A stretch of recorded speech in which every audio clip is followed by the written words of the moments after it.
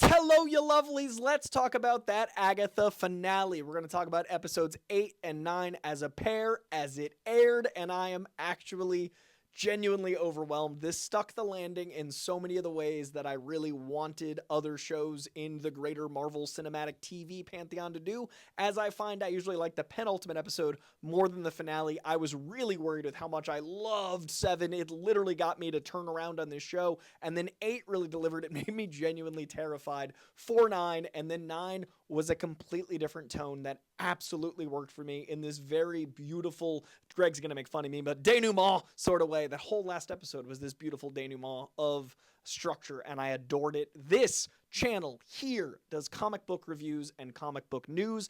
If you're new to this page, I actually want people to read the books themselves, so I try to talk about the comic books. So if the comic books intrigue you, please hit that subscription bell. I also do tons of movies and TV, and a lot of that is comic book movies and TV, but just movies and TV in general, but definitely with that comic book centric flair. Please hit that subscription bell if you haven't already. Please leave a like in this video, and please, I would love to have a conversation about Agatha All Along, so leave a comment below, because this show really turned around for me in a way that I can't quite describe. Going back to episode 7, my connection into this show was through Patti LuPone's character. Something about me finally identifying with someone in the show in a way that was emotionally driven, not narratively driven. TV is hard for me to give, 3, 4, 5 episodes. A lot of people are like, season 2, it gets great. And I'm like, that seems nice. I can't commit to something that long because there's just so much out there. There's so many great books and shows and comics and experiences to have that it's hard for me to really commit. And this show was really tricky because the entire first half, other than episode 4, I couldn't find my way in. I couldn't find my connection to it. I could understand why other people liked these characters. I could understand why the narrative was working for some people. I could even appreciate how this didn't have representation in those worlds yet until the show, how important this show was for other people. I could, from the outside looking in, go, man, that type of person really likes this, or this group of people gets this. I got to experience all that, but from the outside. And you can say something isn't for you while still saying it is good. And I tried to make that as clear as I could, that I could see the quality, but I couldn't find my way in. And I felt like I was watching this show through glass. And in the beginning, it was very opaque glass. And then episode 4 made the glass more transparent, but I couldn't quite get through. And then episode 7, I broke through, and I really found myself retroactively connecting with all of the characters, but especially what Patti LuPone's character meant for mental anguish and the fear of losing your mind and trauma and losing time. And that all ties to mortality to me in very specific ways. And I bring all this up because that connection carried over into episode 8. The characters I liked from the beginning were the incredible Catherine Hahn as Agatha, the magnificent, enchanting Miss Aubrey Plaza as Rio, Now We Discover Death, and I really, really felt like I could identify with them at the beginning, and then they really needed to balance out the rest of the show with this incredible coven, but I found no way to connect with them, and then once I did, retroactively, as I said, they were my jam, and then episode 8 hits. And episode 8 brings so much imagery and spirituality and whimsical wisdom and wonder, like a mix of whimsy that's dark in its own way, a mix of wisdom in the writing, landing all of these setups, and a sense of wonder in that you're seeing these extraordinary things in such a grounded way. This episode 8 literally had death incarnate sitting on a roof cackling, and I connected. This episode 8 had a kiss of death that was so powerful, it reverberates through all of the rest of the episodes because we've wanted that kiss, and once you know who death is, that kiss becomes the kiss of death, and then that kiss of death becomes what it actually would be, and then the big reveal of that kiss of death and all of the other deaths, with the final moment of episode 8 being him realizing that his reality warping in fact is so much like his mother's, and that all of that is his, because there was no road. The road was a circle. And then we're going to talk about 9 and how that all connects. But sticking with 8, the passion that Catherine Hahn and Aubrey Plaza had for each other and the ability for us to connect to those characters really makes me want to, when I have time, watch this through again, because I really think once I found my way in, it was so special.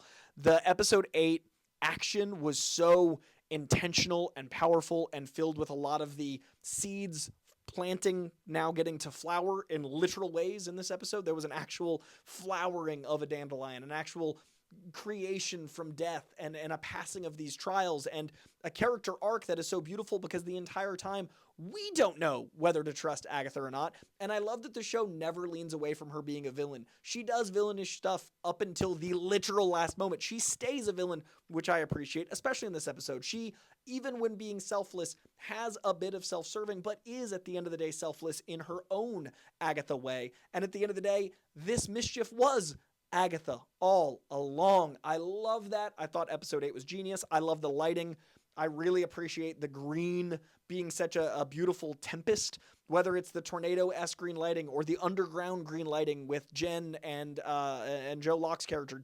Sorry, I forgot about one of our leads. The way they used Billy and Jen as our eye line, and we could look at these, fixtures fighting in that green lighting, and then the leaps through. I loved the lighting this episode. I'm going to keep bringing it up. It was just really special, and the writing getting to land all those moments that feel like a true payoff.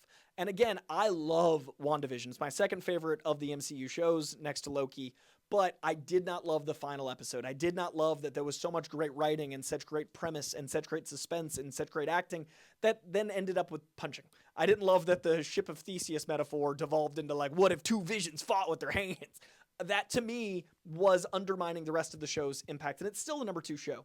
What's so special about Agatha was the ending is so good, unlike Agatha, for me, my experience, that I was able to retroactively appreciate everything that led to it, and all of those seeds that I didn't feel connection to, seeds that I never thought I would see sprout, literally all sprouted at once in 7, 8, and 9. And that brings me to episode 9, because episode 8 ends in a way that literally felt like a finale. It felt like such a powerful, big action spectacle, the way that Marvel usually ends. And that's sometimes my problem with the show's ending is it is just that, and then there's not really a resolve. There's not really an impact. Episode 9 was all impact. And the whole show had done this great job of when a character dies, you care about them because of flashbacks. This did an amazing thing where we've cared about Agatha since WandaVision, and then all of a sudden we care about her after she dies with a flashback post-mortem, and we're really invested in Scratch, Nicholas Scratch, her son. We're really invested in Agatha in general. We're really invested in the character she's become through her growth, and we've grown with her, but we get to find out what led her on this path, how the witch's road of her mind became, how she was just using this to manipulate witches, making her the villain all along, but also why she never had a coven, what her coven of one meant to her, and then at the end, that beautiful symmetry of her new coven of one, even though she's dead, now she is a familiar to him. Like, she is in her own way the familiar that he was to her, and that was its own trickery and dance, and now she is genuinely someone helping. And I love that it's comic accurate. I love that Agatha looks like she does in the comics. I love that she's the right age for what I consider Agatha. I also really appreciate that they took their time and made this incredible.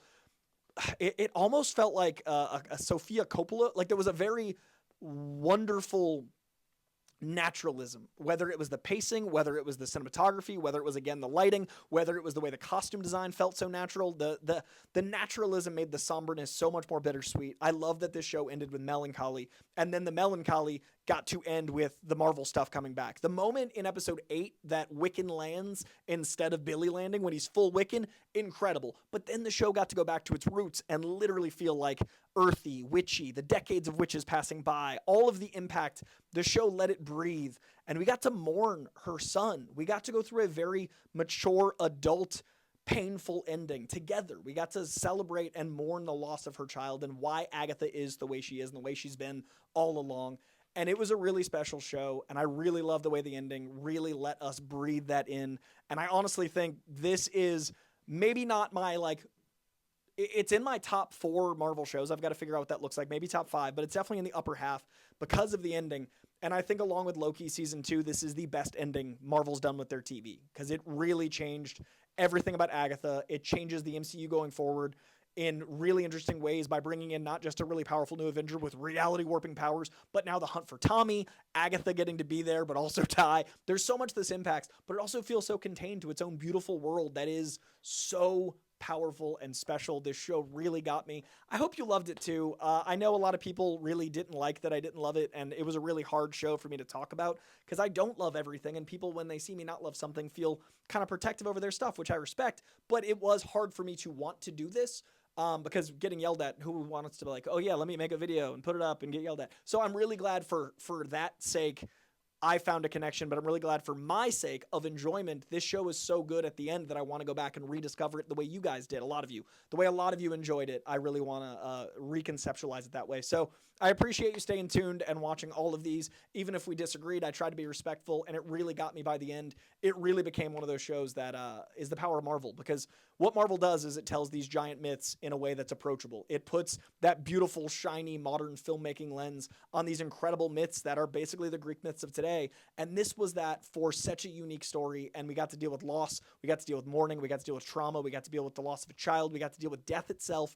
And we got to celebrate spooky season, but in a mature way, with a witch show that was at times hokey, at times campy, at times silly, but at the end of the day was Agatha all along. And that is a beautiful, multifaceted experience. And I thank each and every one of you. Please hit that subscription bell if you want to see more like this. Please leave a like on this video so it can grow. And please, let's have a conversation in the comments below. Much love. Happy Halloween. Hope you do something amazing tonight, tomorrow, and this Halloween weekend. Spooky time is an amazing time, but most importantly, I hope this makes you appreciate those in your life a little bit more. Hug your family. Time is short, and we never know how much time we have, and I thought that was a really beautiful message. We all want more time. Don't spend it being a troll or dealing with trolls, because there's not enough time. That's the lesson I'm learning. All right, much love, guys. Bye.